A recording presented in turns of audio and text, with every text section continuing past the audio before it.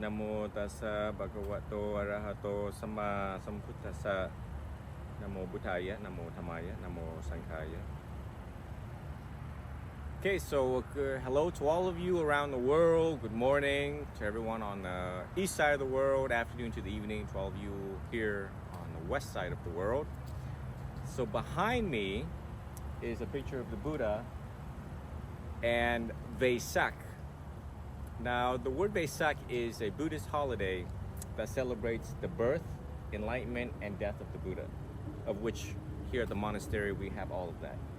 The birth of the Buddha is right over there, which we're going to go to after this video. And when he achieved enlightenment, this is the best image I can find after he achieved enlightenment.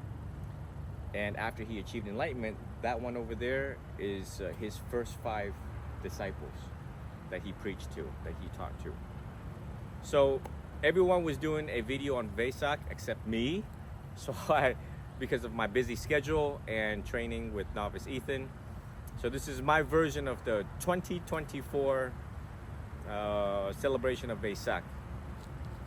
What is awesome about this holiday, and all of you have seen what I have posted in Vietnam, they have a big event. I mean, they've spent millions of dollars, the entire country, in uniforms, in the parade,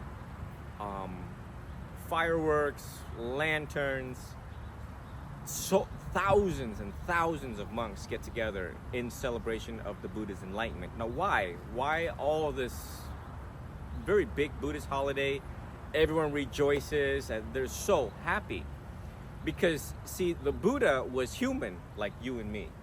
He bled, he felt pain, he woke up with back pain, he yawned, all these human things that we do. He wasn't a god. He wasn't a god, and he didn't claim to be a god. He was a human that came to this earth, was born here, and he saw all the suffering, and then he realized, I need to figure this thing out about suffering. And the word suffering is agitation, stress, why our mind is tripping, why do we get so depressed, so sad, why do we want things so much?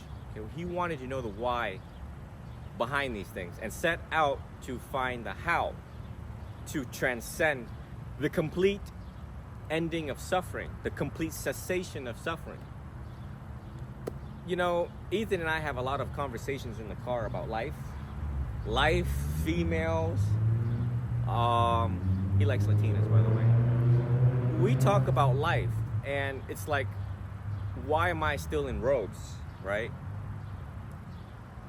When there's so much out there in the world for me to do and to experience the joy and happiness and pleasure and desires and Rolls Royce, and why don't I become a rapper, right?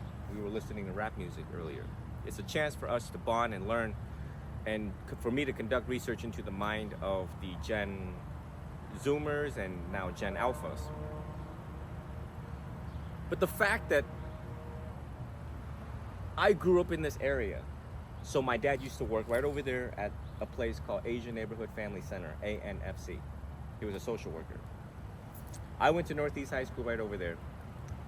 I was speeding in my car. I got a ticket. The judge says do community service. So I used to walk right down here, 62nd Avenue, right down here, walk past by this monastery, and I did my community service here. I cleaned up everything here. Now, back in the day, it didn't look like this. Back in the day, this was just an empty lot.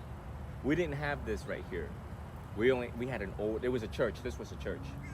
So inside, on the other side, which I'll show it to you later.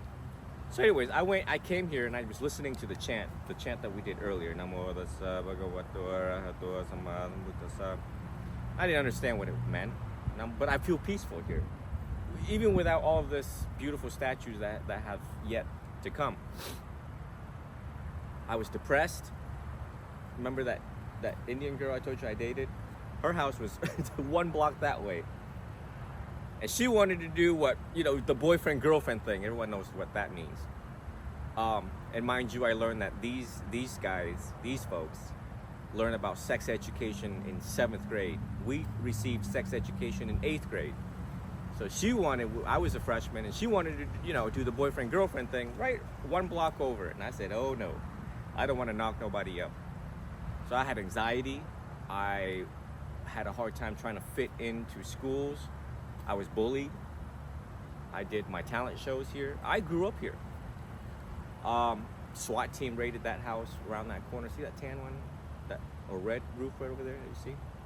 Yeah, some high school kid. I think he was not even a junior. He was a sophomore. Sold drugs out of that house in SWAT team. There was a big bang. Everybody knew about that one. So anyway, so I was just this kid growing up, and I'm like, what is life all about? Why am I agitated? Why am I angry?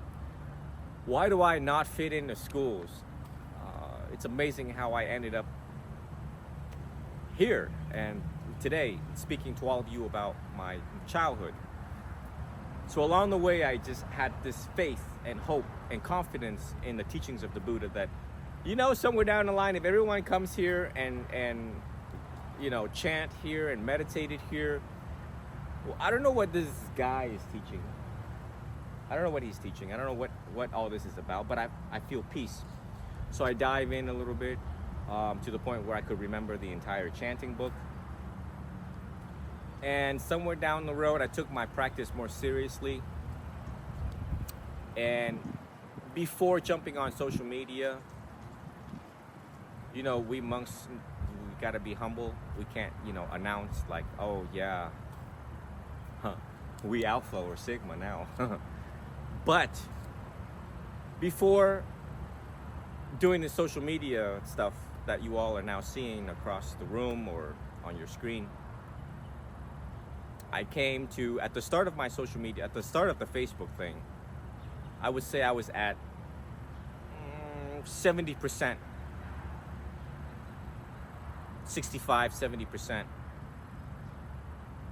resolved most of my depression, resolved most of my anxiety.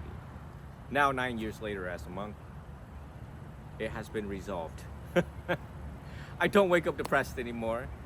I don't wake up anxious anymore. It is what it is, and it can't be what it ain't. The Buddha taught us that. It is what it is. It can't be what it ain't. So pay attention to that. That's a catchy phrase for you to tell your friends. It is what it is. It can't be what it ain't. So when girls or guys or boys in your school, and just watch how they tell you about their problems, how they blow it out of proportion. Remember that girl that, start talking about her life stories? You gotta pay attention to how real it is in the picture that she paints of her life. Some people, make a small problem into a big problem. So I learned all of this from our one and only historical Gautama Buddha. In a firm resolve to have that complete cessation. Cessation means to stop. The complete stopping of suffering in my life. I was determined for that. So part of my training was I took a 1-year silent meditation. Don't talk to nobody. I wrote in my journal a lot, reflected a lot, and reflected back when I was younger, 7 years old, how I grew up, who I grew up with. But it was by and through the methods of the Buddha that I followed meticulously, carefully, slowly, with the firm determination that I'm done with this. Waking up feeling like crap. I'm done with this. Treating people not so nice, treating myself not nice, beating myself up, and just not nice to other people. And so all of us are indebted to that. And for all those who celebrate Vesak are indebted to the Buddha for his teaching. Because he came here and then he achieved enlightenment and then he died at age 80. And what did he left us? He left us with the timeless teaching over and over again, no matter how many wars, no matter how many bad presidents, no matter how famine, wars again, it has withstand the test of time, proven that it is effective. And I am Gen Millennial. I am a Gen Millennial monk. And I'm telling you all, it worked for me and it can work for you. So therefore, my heart overjoys when I see the celebration of Vesak. Though my presence rare because of the counseling sessions that I hold. But I reflect, every day I reflect Vesak in my head.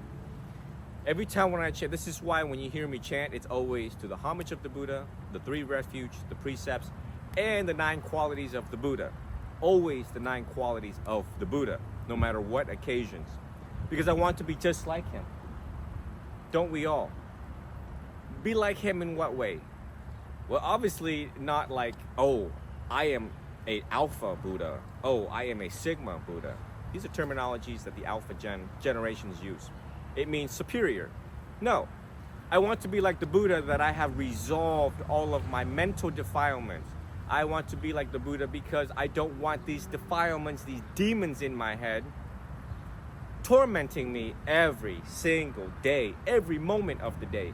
People who suffer from schizophrenia, bipolar, schizoaffective disorder, all sorts of delusions, all sorts of mental defilements, unwholesome thoughts, they suffer every day.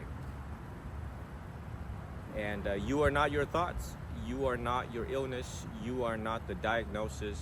You know, the whole 10 yards about the mental health things. But that's why I'm still in robes. That's why I'm still in robes, and not out dating and with my old life like I used to be, because it's awesome. There's no drama in my life.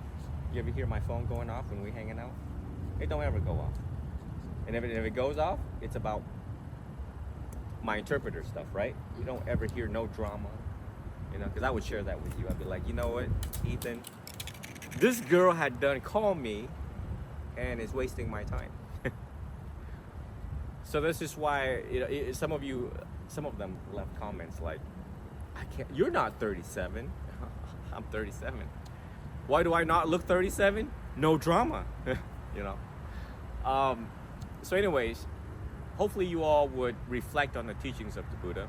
Hopefully this talk was different than the other talks that the other monks give. It's more clinical. It is right now, in the moment, about suffering, about the ending of suffering. And I think that people can be more happy if they just give it a try. You don't have to be Buddhist. You don't have to ordain. You don't have to be a monk. You don't have to do anything. But just look at his teachings. Look at the 4 Noble Truths. And the 4 Noble Truths is, Ethan, number 1. Life sucks. Number 2. Life sucks because you want stuff. Number 3. If you don't want life suck, don't want stuff. Yeah, stop wanting things. And the path that leads to liberation is by following the Noble Eightfold Path. That's it. Prove me wrong. You are supposed to prove me wrong. Prove me that the first Noble Truth, is it an undeniable truth, or am I wrong? Because if I'm wrong, then the Buddha's wrong. Because everything he teaches, I teach. To the letter of the teeth of the Dhamma. So that's one thing that the Buddha also taught us, is that not to take it on blind faith. You're not to even believe me. So let's say I'm the Buddha. Let's say I became a Buddha. I'm not a Buddha. But if I was the next Buddha, that's the next Buddha, by the way. That's Maitreya, also known as Maitreya. Maitreya or Maitreya.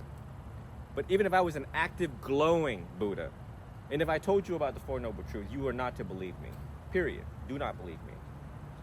And you are to test it out for yourself and to see if, in fact, because of your desire, you suffer in that way. And people kill to great extent.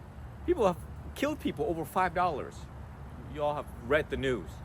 People have broken into cars over $3 left on the dash. Desire. People have committed atrocious crimes, felonies, over certain desire. People have killed over lust and desire. People have killed because they couldn't have that Latina. You know? People have killed because they couldn't have Big Booty Judy. They have killed. Yeah. They have took a gun and killed another human being because they want that woman. Just turn on the news every day. When is it gonna stop? When people practice Buddhism. See, notice I say, when people practice Buddhism. I didn't say when people become Buddhist, right? So give it a shot, and you will know exactly what all of us are talking about. All of us Buddhists around the world who celebrate Vesak, and even Buddhist arts inside of malls. What was this all about that they made statues and sold them? What was this all about that they sold bracelets and necklaces in American malls in the West, right? there's something to be investigated. There is something to be discovered. So anyways, I just wanted to wrap this up. I think we took a little too long, but it's just going to save lives and bring people to peace. So let us put our hands together. May you all be well, be happy, be free, and always be healthy. May you reflect on the teachings of the Buddha.